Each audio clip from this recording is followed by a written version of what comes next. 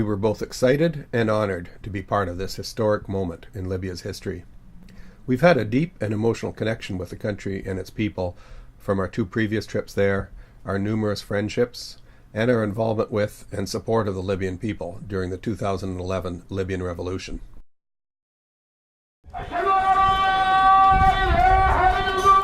We arrived on July the 3rd. Some things hadn't changed. The same Tripoli traffic, the old Medina was unchanged, and one of Libya's great Roman treasures, Leptis Magna, was still breathtaking, but now with far fewer tourists. We met with our Tripoli friends Belgazem and Khaled, and one of our great Benghazi friends, Abdul Salam, flew to Tripoli to see us, but made me promise to keep it a secret so he could surprise Oksana. And as always, we easily met other Libyans who offered friendship and help. There were few signs of the war. Some of the old military sites were still in their bomb state. In the neighborhood of Abu Salim, site of the last Tripoli fighting, shell marks were visible on buildings.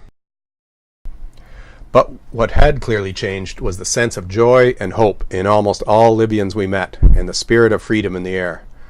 One of the most obvious changes was the disappearance of all those billboards and posters of Gaddafi. They've been replaced by very different portraits of the former dictator.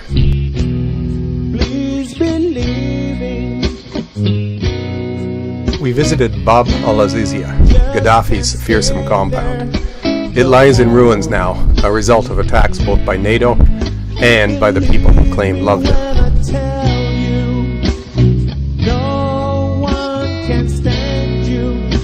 No more. We knew that the other place we had to visit was the notorious Abu Salim prison, which used to house many of Gaddafi's political prisoners, often without trial and in brutal, inhumane conditions. It was where almost 1,300 prisoners were gunned down in one day in the prison courtyards. Ironically, that may have been the first time in years many of them had even seen daylight. The families weren't informed of the deaths for many years. It's still a place of pure evil. We walked through the grounds with our friends Abdul Salam and Khaled, and were guided through the buildings by a man cleaning up the grounds, a former prisoner. We could not stay long. It was too painful for us, and far more for our friends. Abu Salim was the greatest single crime Gaddafi committed against his own people. But it was the families of those murdered, their mothers, wives, and daughters, who quietly marched in Benghazi every Saturday, who eventually helped ignite the very first protest that started the Libyan Revolution. Abu Salim helps explain why this election, Libyans' first chance at freedom in almost half a century, was so crucial, and why Libyans were so joyous and hopeful to have won, at such a great cost, that opportunity. Gaddafi killed 1,270 prisoners in his custody in 1 hour. This man is a criminal. I can't shut my eyes, I can't go to sleep, I can't even cry, I'm all out of tears. And every time I try, my eyes start to bleed, and they'll bleed till they see you free. I can't shut my eyes, I can't go to sleep, I can't even cry, I'm all out of tears. And every time I try, my eyes start to bleed, and they'll bleed till they see you free. I live for my people, die for liberation, fight with my pen for emancipation. And I know they try to shoot us cold, cause the truth was told, but we're fighting bold until my last breath, till God takes my soul. I'll fight for the oppressed, my pen is my sword, I'm ready to give my breath for my land, for my Lord. We were once free, let's be free once more. Take it down his feet so we don't see a sequel. 41 years, his rule was illegal. There was a new phenomena visible everywhere: political ads, on posters and on television. The ads emphasized hope and how the new Libya would get better in all ways, and sacrifice, reminding people at what cost this new freedom had been won. There was a great emphasis on women featured in the ads and in promoting their candidacy.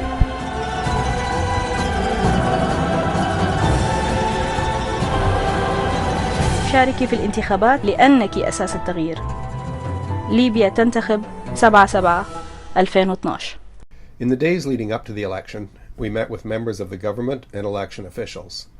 We visited facilities of the Libyan High National Election Commission, attending the launch of their media center, and toured the election data center where results would be tabulated, checked, and stored. The election planning and education and awareness campaigns were thorough and, in the end, supremely successful. Our team and every other observer and election participant we talked with were amazed and impressed how smoothly and well run the election was, especially in a country with virtually no such experience.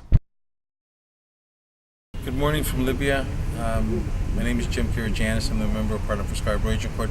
There's a team of Canadians with me, and we're here to monitor the election that is coming up on July 7th on the weekend and to report back. We've met with officials, we met with TNC, we met with the Elections Commission. They gave us a briefing on what is happening, and we're looking to go out in the field on the weekend and see what the elections are going to be like.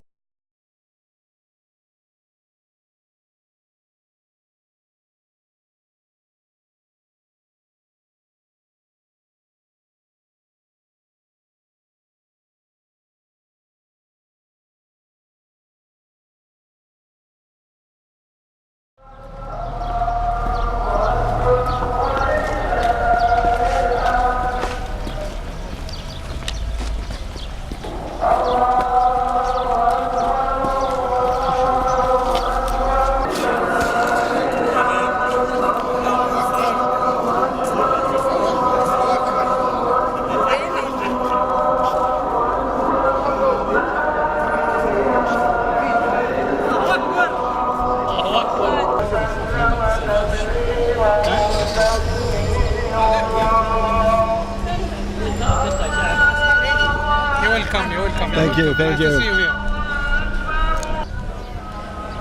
Do not forget.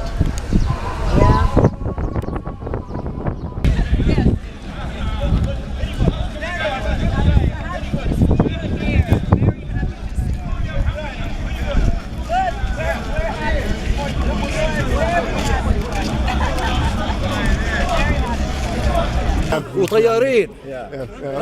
I'm so happy for Libya today. قالك انا فرحان الليبيين وحتى انا فرحان بكم. جيتونا هنا وشاركتونا It's an honor. ولا شاركتونا في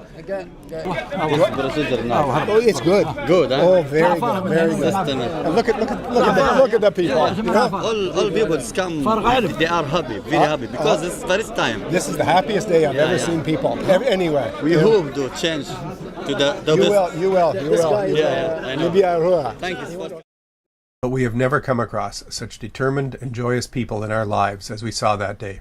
Young and old, sometimes very old, men and women, they were all determined to reclaim their country and repudiate the fear and tyranny they lived under. In the schools that housed the polling stations, we saw school children's projects which told the story of the bloodshed and victory they had witnessed the previous year. Everywhere we were welcomed and thanked. We were so grateful to be part of this great day for Libya.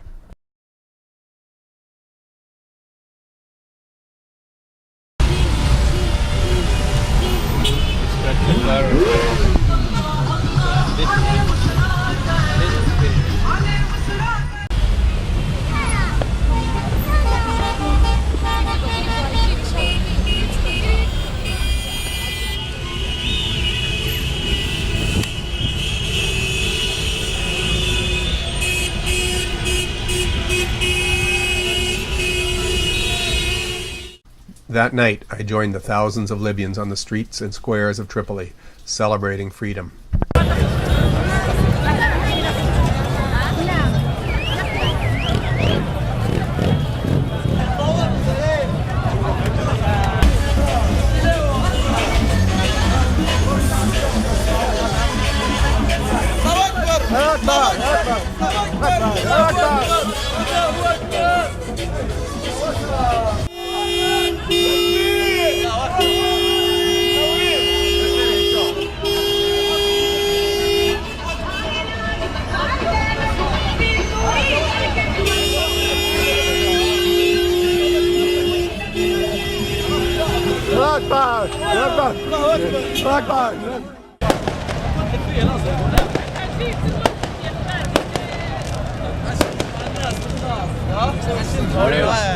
Great.